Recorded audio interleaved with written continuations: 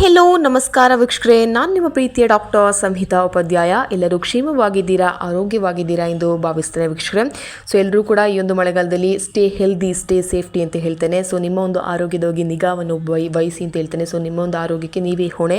ಹಾಗಾಗಿ ನಿಮ್ಮ ಒಂದು ಆರೋಗ್ಯದ ಬಗ್ಗೆ ತುಂಬ ಎಚ್ಚರವನ್ನು ವಹಿಸಿ ಅಂತ ಹೇಳ್ತೇನೆ. ಓಕೆನಾ. ಸೊ ಎಲ್ಲ ರೋಗ ರುಜಿನಗಳಾಗಲಿ, ಎಲ್ಲ ದುರಂತಗಳಾಗಲಿ ಒಟ್ಟೊಟ್ಟಿಗೆ ಬರ್ತಾ ಇದೆ. ಹಾಗಾಗಿ ನೀವೆಲ್ಲರೂ ಕೂಡ ತುಂಬ ಎಚ್ಚರದಿಂದಿರಿ ಅಂತ ಹೇಳ್ತೇನೆ. ಓಕೆನಾ.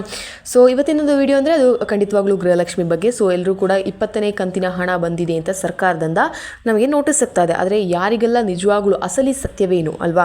ಸೊ ಯಾರಿಗೆಲ್ಲ ಬಂದಿದೆ, ಯಾವುದೆಲ್ಲ ಜಿಲ್ಲೆಗಳಿಗೆ ಬಿಡುಗಡೆ ಆಗಿದೆ ಅನ್ನೋದ್ರ ಬಗ್ಗೆ ಈ ಒಂದು ವಿಡಿಯೋದಲ್ಲಿ ಮಾತಾಡ್ತಾನೆ. ಹಾಗೆ ಯಾರಿಗೆಲ್ಲ ಬಿಡುಗಡೆ ಆಗಲಿಲ್ಲ ಅದ್ರ ಬಗ್ಗೆ ಕೂಡ ಮಾತಾಡ್ತಾನೆ ಈ ಒಂದು ವಿಡಿಯೋದಲ್ಲಿ. ಸೊ ಇನ್ನು 21ನೇ ಕಂತಿನ ಹಣ ಯಾವಾಗ ಬಿಡುಗಡೆ ಆಗುತ್ತೆ ಅದ್ರ ಬಗ್ಗೆ ಕೂಡ ಈ ಒಂದು ವಿಡಿಯೋದಲ್ಲಿ ಮಾತಾಡ್ತೇನೆ. ಓಕೆನಾ.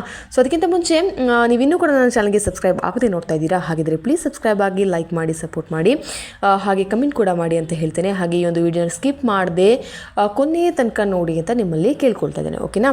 ಸೊ ನಮ್ಮ ಒಂದು ವಿಡಿಯೋನ ಸ್ಟಾರ್ಟ್ ಮಾಡೋಕ್ಕಿಂತ ಮುಂಚೆ ವೀಕ್ಷಕರೇ, ನಮಗೆಲ್ರಿಗೂ ಗೊತ್ತೇ ಇದೆ ನಿನ್ನೆ ಒಂದು ದಿನ ನಮ್ಮ ವಿಮಾನ ಪತನಗೊಂಡಿದೆ ಅಲ್ವಾ? ಸೊ ನಮ್ಮ ಒಂದು ಇಂಡಿಯಾದ ವಿಮಾನ ಪತನಗೊಂಡಿದೆ. ಹೈದರಾಬಾದಿನಿಂದ ಹೊರಟಿದಂತಹ ಈ ಒಂದು ವಿಮಾನ ಬರೋಬ್ಬರಿ 250 ಮಂದಿಯನ್ನು ಬಲಿ ಪಡೆದುಕೊಂಡಿದೆ ಅಲ್ವಾ? ಸೊ ಸುಟ್ಟು ಕರಕಲಾಗುವಂತೆ ಮಾಡಿದೆ. ಸೊ ಇದರಿಂದ ತುಂಬಾ ಬೇಸರವಾಗ್ತಿದೆ ಅಲ್ವಾ? ಸೊ ನಮಗೆಲ್ರಿಗೂ ಕೂಡ ನಮ್ಮ ಒಂದು ಜನರನ್ನ ಕಳ್ಕೊಂಡಿಲ್ಲ ಅಂದರು, ನಮ್ಮ ಸಂಬಂಧಿಕರನ್ನ ಕಳ್ಕೊಂಡಿಲ್ಲ ಅಂದರೂ ಕೂಡ ನಮಗೆ ಅದು ತುಂಬ ಬೇಸರದ ವಿಚಾರ ಅಲ್ವಾ? ಸೊ ಈ ಒಂದು ಮಂತ್ ಎಂಡ್ ಆಗಿರಲಿಲ್ಲ, ಈ ಒಂದು RCBಯ ಒಂದು 11 ಜನ ಏನಿದ್ದಾರೆ ಅವ್ರನ್ನ ನಾವು ಕಳ್ಕೊಂಡು ಈಗಾಗಲೇ. ಸೊ ಈ ಒಂದು 11 ಜನಗಳನ್ನ ಕಳ್ಕೊಂಡಷ್ಟೇ ನಮಗೆ ಈ ಒಂದು ಇನ್ನೂ ದಿನಗಳು ಉರಲಿಲ್ಲ ಅಷ್ಟೊತ್ತಿಗೆ ಈ ಒಂದು ವಿಮಾನ ಕೂಡ ಪತನಗೊಂಡು ಬರೋಬ್ಬರಿ 265 ಜನಗಳನ್ನ ನಾವು ಕಳ್ಕೊಂಡಿದ್ದೇವೆ ಅಲ್ವಾ? ಸೊ ಎಲ್ರಿಗೂ ಕೂಡ ಸಂತಾಪವನ್ನು ಸೂಚಿಸ್ತಾರೆ. ಅವರ ಕುಟುಂಬಕ್ಕೆ ದೇವರು ಈ ಒಂದು ದುಃಖವನ್ನು ಸಹಿಸಲಿಕ್ಕೋಸ್ಕರ ಈ ಒಂದು ಶಕ್ತಿನ ನೀಡಲಿ ಅಂತ ಹೇಳ್ತೇನೆ. ಓಕೆನಾ. ಸೊ ಎಲ್ಲರೂ ಕೂಡ ಎಚ್ಚರವಾಗಿರಿ, ನಿಮ್ಮ ಸಂಚಾರ ಸುಗಮವಾಗಿರಲಿ ಅಂತ ಬಯಸ್ತೇನೆ. ಹಾಗೆ ಎಲ್ಲಿ ಹೋಗ್ತಿದ್ರು ತುಂಬ ಎಚ್ಚರವನ್ನು ಬಯಸಿ ಅಂತ ಹೇಳ್ತೇನೆ. ಓಕೆನಾ. ಸೊ ಈ ಒಂದು ವಿಷಯದಲ್ಲಿ ತುಂಬಾ ಬೇಜಾರಾಗ್ತಾ ಇದೆ. ಯಾಕೆ ಈ ಒಂದು ವರ್ಷ ಈ ಥರ ಈ ಒಂದು ಟೈಮ್ ಟು ಟೈಮ್ ಈಗಾಗಲೇ ತುಂಬ ದುರಂತಗಳು ನಡೆದು ಹೋಗಿದೆ ಅಲ್ವಾ? ಸೊ ನಿಮಗೆಲ್ಲರಿಗೂ ಗೊತ್ತೇ ಇದೆ, ಈ ಒಂದು ಕಾಶ್ಮೀರದ ವಿಚಾರವಾಗಿರಲಿ, ಈ ಒಂದು RCB ವಿಚಾರವಾಗಲಿ, ಹಾಗೆ ನಿನ್ನೆ ನಡೆದಂತಹ ಈ ಒಂದು ದುರಂತವಾಗಲಿ. ಸೊ ಎಲ್ರಿಗೂ ಕೂಡ ಮನಸ್ಸಿನಿಂದ ಸಂತಾಪವನ್ನು ಸೂಚಿಸ್ತಾ ಇದ್ದೇನೆ. ಸೊ ಡೈರೆಕ್ಟಾಗಿ ವಿಡಿಯೋಗೆ ಹೋಗೋಣ ವೀಕ್ಷಕರೇ. ಇವತ್ತಿನ ಒಂದು ವಿಡಿಯೋ ಅಂದರೆ ಗೃಹಲಕ್ಷ್ಮಿ 20ನೇ ಕಂತಿನ ಹಣ ಅಲ್ವಾ? ಸೊ ಇದು ಎಲ್ರಿಗೂ ಗೊತ್ತೇ ಇದೆ, ನಮಗೆ ಬಂದಿಲ್ಲ ಮೇಡಮ್ ಅಂತ ತುಂಬ ಈ ಒಂದು ಕಮೆಂಟ್ಸನ್ನು ನಾನು ಓದ್ತಾ ಇದ್ದೇನೆ. ಸೊ ಅದಕ್ಕೋಸ್ಕರ ಈ ಒಂದು ವಿಡಿಯೋನ ಮಾಡ್ತಾ ಇದ್ದೇನೆ.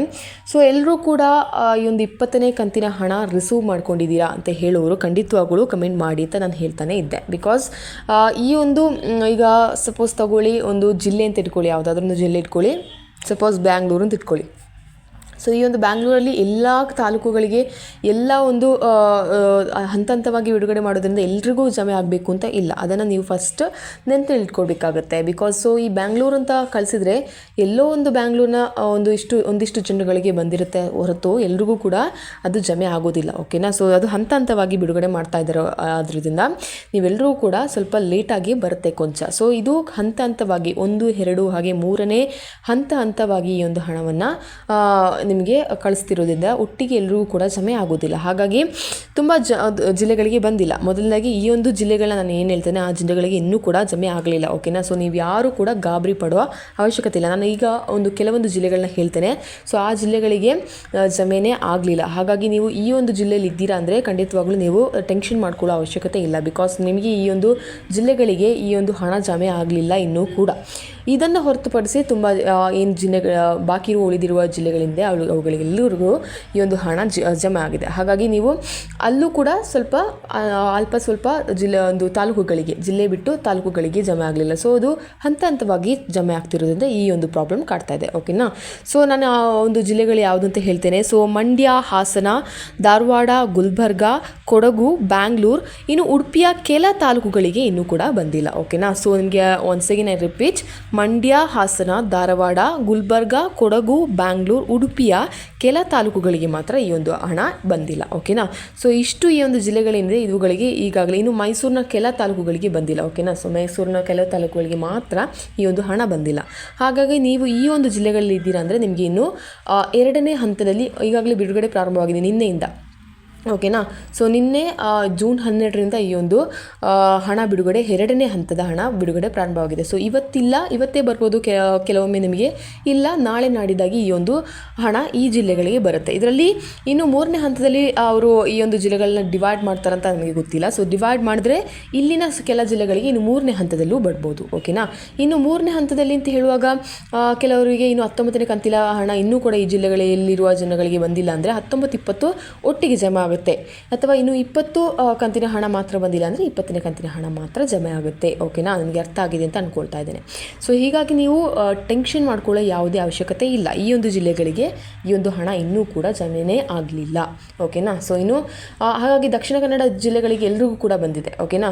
ಹಾಗಾಗಿ ನೀವು ದಕ್ಷಿಣ ಕನ್ನಡ ಪಕ್ಕದಲ್ಲಿದ್ದೇವೆ, ಕೊಡಗು ಪಕ್ಕದಲ್ಲಿದ್ದೇವೆ, ಹಾಗಾಗಿ ದಕ್ಷಿಣ ಕನ್ನಡಕ್ಕೆ ಮಾತ್ರ ಈ ಒಂದು ಹಣ ಜಮೆ ಆಗಿದೆ ಅಂತ ಹೇಳ್ತಾರೆ. ಇನ್ನು ಕೊಡಗು ಜಿಲ್ಲೆಗೆ ಜಮೆ ಆಗಲಿಲ್ಲ. ಹಾಗಾಗಿ ನೀವು ಆಚೆ ಕಡೆ ಈ ಕಡೆ ಕಂಪೇರ್ ಮಾಡಿ ನೋಡ್ತೀರಾ, ಅವರಿಗೆ ಆಗಿದೆ ನಮಗೆ ಬಂದಿಲ್ಲ, ಅಯ್ಯೋ ನಮಗೆ ಬರೋದಿಲ್ಲವೇನೋ ಅಂತದೆಲ್ಲ ನೀವು ತಲೆಯಲ್ಲಿ ತುಂಬ ಚಿಂತೆ ಮಾಡ್ತೀರಾ ಅಲ್ವಾ. ಸೊ ಖಂಡಿತವಾಗ್ಲೂ ಇಲ್ಲ, ಕೊಡಗು ಜಿಲ್ಲೆಗೆ ಇನ್ನೂ ಹಣ ಬಿಟ್ಟೇ ಇಲ್ಲ, ದಕ್ಷಿಣ ಕನ್ನಡ ಜಿಲ್ಲೆಗೆ ಬಂದಿದೆ. ಹಾಗಾಗಿ ಬೆಂಗಳೂರು ಜಿಲ್ಲೆಗೆ ಬಂದೇ ಇಲ್ಲ, ಇನ್ನು ಅದ್ರ ಪಕ್ಕ ಜಿಲ್ಲೆಗೆ ಬಂದಿರ್ಬೋದು. ಹಾಗಾಗಿ ನೀವು ಯಾವುದೇ ಒಂದು ಗೊಂದಲಕ್ಕೆ ಈಡಾಗಬೇಡಿ ಅಂತ ನಾನು ಹೇಳ್ತೇನೆ. ಓಕೆನಾ. ಸೊ ಹಾಗಾಗಿ ವೀಕ್ಷಕರೇ, ಈ ಒಂದು 20ನೇ ಕಂತಿನ ಹಣದ ಬಗ್ಗೆ ಮಾತಾಡಿ ಆಯಿತು ನಾವು. ಹಾಗಾಗಿ ಈ ಒಂದು ಜಿಲ್ಲೆಗಳಲ್ಲಿ ಯಾರೆಲ್ಲ ಇದ್ದೀರಾ ಅವರಿಗೆ ಖಂಡಿತವಾಗಲೂ ಟೆನ್ಷನ್ ಮಾಡೋ ಅವಶ್ಯಕತೆ ಇಲ್ಲ. ಸೊ ಇನ್ನೂ ಒಂದು 2-3 ದಿನಗಳಲ್ಲಿ ನಿಮಗೆ ಹಂತವಾಗಿ ಒಂದು ಹಣ ಜಮೆ ಆಗ್ತಾನೆ ಹೋಗುತ್ತೆ. ಇದುವರೆಗೂ ನಿಮಗೆ ಬಂದಿದೆ. ಇನ್ನು ಇವತ್ತಿನಿಂದ ಈ ಒಂದು 20ನೇ ಕಂತಿನಿಂದ ಹಣ ಯಾವುದೇ ರೀತಿಯಲ್ಲಿ ನಿಲ್ಲಿಸಿ ಹೋಗೋದಿಲ್ಲ. ಹಾಗಾಗಿ ನೀವು ಬೇಜಾರು ಮಾಡ್ಕೊಳ್ತಾ ಇದ್ದೀರಾ. ನೀವು ಹೇಳ್ದಂಗೆ ಈ ಒಂದು ಗೃಹಲಕ್ಷ್ಮಿ ಸ್ಟೇಟಸ್ನ ಚೆಕ್ ಮಾಡಿಕೊಂಡು ಹಾಗೆ ಈ ಒಂದು ರೇಷನ್ ಕಾರ್ಡ್ನ ಅಪ್ಡೇಟ್ ಮಾಡಿದ್ದೀವಿ, ಹಾಗಾಗಿ ನಮಗೆ ಹಣ ಕ್ಯಾನ್ಸಲ್ ಆಯಿತಾ, ಹಾಗೆ ಹೀಗೆ ಅಂತೆಲ್ಲ ತುಂಬ ಕ್ವಶನ್ಸ್ನ ನಾನು ನೋಡಿದೆ. ಹಾಗಾಗಿ ಖಂಡಿತವಾಗ್ಲೂ ನಿಮ್ಮ ರೇಷನ್ ಕಾರ್ಡ್ ಅಪ್ಡೇಟ್ ಮಾಡಿದ್ರೆ ಯಾವುದೇ ರೀತಿಯಲ್ಲಿ ನಿಮಗೆ ಹಣ ಬರೋದು ಕಟ್ಟಾಗೋದಿಲ್ಲ. ಓಕೆನಾ. ಯಾರು ಕೂಡ ಬೇಜಾರು ಮಾಡ್ಕೊಳ್ಳೋ ಅವಶ್ಯಕತೆ ಇಲ್ಲ. ಸೊ ಏನೇ ರೇಷನ್ ಕಾರ್ಡ್ ಅಪ್ಡೇಟ್ ಏನಾದರೂ ಅವರ ಸರ್ಕಾರ ಹೇಳಿದರೆ ಅದನ್ನು ಮಾಡಿಸಿದ್ರೆ ಯಾವುದೇ ರೀತಿಯಲ್ಲಿ ಹೀಗೆ ಹಣ ಬರೋದಿಲ್ಲ ಅಂತ ಇದ್ರೂ ಅವಶ್ಯಕತೆ ಇಲ್ಲ. ಎಲ್ರಿಗೂ ಕೂಡ ಬಂದೇ ಬರುತ್ತೆ, ಆದರೆ ಹಂತವಾಗಿ ಬಿಡ್ತಾ ಇದ್ದಾರೆ ಅಂತ ಅಷ್ಟೇ. ಓಕೆನಾ. ಇನ್ನು ಇಷ್ಟು 20ನೇ ಕಂತಿನ ಹಣದ ಬಗ್ಗೆ. ಇನ್ನು 21ನೇ ಕಂತಿನ ಹಣ ಯಾವಾಗ ಬರುತ್ತೆ ಅನ್ನೋದು ತುಂಬ ಜನ ಕೇಳ್ತಾ ಇದ್ದೀರಾ. ಅಂದರೆ ಈ ಒಂದು 20ನೇ ಕಂತಿನ ಹಣ ಬಂದವರಿಗೆ ಇನ್ನೇನು 21ನೇ ಕಂತಿನ ಹಣ ಯಾವಾಗ ಬರುತ್ತೆ ಅನ್ನೋ ಚಿಂತೆ ಅಲ್ವಾ. ಸೊ ಹಾಗಾಗಿ 20ನೇ ಕಂತಿನ ಹಣ ಬರದವರಿಗೆ ಅದೇ ಚಿಂತೆ, ಯಾವಾಗ 20ನೇ ಕಂತಿನ ಹಣ ಬರುತ್ತೆ ಅಂತ. ಹಾಗಾಗಿ 20ನೇ ಕಂತಿನ ಹಣದ ಬಗ್ಗೆ ಕಂಪ್ಲೀಟಾಗಿ ಮಾತಾಡಿದ್ದೇನೆ. ಇನ್ನು 21ನೇ ಕಂತಿನ ಹಣ ಯಾವಾಗ ಬರುತ್ತೆ ಅಂತ ಹೇಳಿದ್ರೆ, ಇದುವರೆಗೂ 20ನೇ ಕಂತಿನವರೆಗೂ ಎಲ್ರಿಗೂ ಕೂಡ ಈ ಒಂದು ಹಣ ಡಿಸ್ಟ್ರಿಬ್ಯೂಟ್ ಆಗಿಲ್ಲ ಅಲ್ವಾ. ಹಾಗಾಗಿ 21ನೇ ಕಂತಿನ ಹಣದ ಬಿಡುಗಡೆ ಬಗ್ಗೆ ಇನ್ನೂ ಕೂಡ ಚಿಂತನೆ ಮಾಡಿಲ್ಲ ಅಂತ ಸರ್ಕಾರ ಹೇಳಿದೆ. ಯಾವುದೇ ರೀತಿಯಲ್ಲಿ ಈ ಒಂದು 21ನೇ ಕಂತಿನ ಹಣ ಬಿಡುಗಡೆ ಮಾಡುವ ಈ ಒಂದು ಆಲೋಚನೆಯಲ್ಲಿ ನಾವಿಲ್ಲ ಅಂತ ಹೇಳಿದ್ದಾರೆ ಸರ್ಕಾರ. ಹಾಗಾಗಿ ಇನ್ನು ನೆಕ್ಸ್ಟ್ ಮಂತ್ ಬಿಡುಗಡೆ ಮಾಡ್ಬೋದೇನೋ ಅಥವಾ ನೆಕ್ಸ್ಟ್ ಮಂತ್ ಹೇಳ್ತಾರೇನೋ, ಇದ್ರ ಬಗ್ಗೆ ಅಪ್ಡೇಟ್ ಕೊಡ್ತಾರೇನೋ ಅಂತ ನಾವು ಕಾದು ನೋಡಬೇಕಾಗಿದೆ. ಹಾಗಾಗಿ 20ನೇ ಕಂತಿನ ಹಣ ಈ ಒಂದು ತಿಂಗಳ ಅಥವಾ ಈ ಒಂದು ತಿಂಗಳ 10 ದಿವಸದೊಳಗೆ, ಇನ್ನು ಮುಂದೆ 10 ದಿನಗಳೇನಿದೆ ಆ ಒಂದು 10 ದಿನಗಳೊಳಗೆ ನಿಮಗೆಲ್ರಿಗೂ ಕೂಡ ಈ ಒಂದು ಹಣ ಜಮೆ ಆಗುತ್ತೆ. ಓಕೆನಾ. ಸೊ ಯಾರೂ ಕೂಡ ಬೇಜಾರು ಮಾಡ್ಕೊಳ್ಳೋ ಅವಶ್ಯಕತೆ ಇಲ್ಲ, ಯಾರೂ ಕೂಡ ಟೆನ್ಷನ್ ಮಾಡ್ಕೊಳ್ಳೋ ಅವಶ್ಯಕತೆ ಇಲ್ಲ. ನಿಮಗೆ ಸರಾಗವಾಗಿ ಈ ಒಂದು ಹಣ ಬಂದೇ ಬರುತ್ತೆ ಅಂತ ಹೇಳ್ತೇನೆ. ಓಕೆನಾ. ಸೊ ಇದ್ರ ಬಗ್ಗೆ ನಿಮ್ಗೆ ಏನಾದರೂ ಡೌಟ್ ಇದ್ದರೆ ಅದ್ರ ಬಗ್ಗೆ ಕೂಡ ನನ್ನ ಕೇಳ್ಕೊಬೋದು, ಹಾಗೆ ಕಮೆಂಟ್ ಮಾಡಿ ತಿಳಿಸಿ ಅಂತ ಹೇಳ್ತೇನೆ. ಹಾಗೆ ಯಾರೆಲ್ಲ ಲೈಕ್ ಮಾಡಿದ್ದೀರಾ, ಕಮೆಂಟ್ ಮಾಡಿದ್ದಾರೆ, ಶೇರ್ ಮಾಡಿದ್ದೀರಾ, ಮತ್ತೊಮ್ಮೆ ಅವರಿಗೆ ಥ್ಯಾಂಕ್ಸ್ ಅ ಲಾಟ್ ಅಂತ ಹೇಳ್ತಾ ಇದ್ದೇನೆ. ಓಕೆನಾ. ಸೊ ಎಲ್ಲರೂ ಕೂಡ ನಮಸ್ಕಾರ. ಈ ಒಂದು ವಿಡಿಯೋನ ಕೊನೆ ತನಕ ನೋಡಿದ್ದೀನಿ ಅಂದರೆ ಅವರಿಗೆ ಹೃತ್ಪೂರ್ವಕವಾದ ಧನ್ಯವಾದಗಳನ್ನ ಹೇಳ್ತಾ ಇದ್ದೇನೆ. So see you in the next video. It's me, Dr. Samhita Upadhyaya. ಧನ್ಯವಾದಗಳು. Thank you.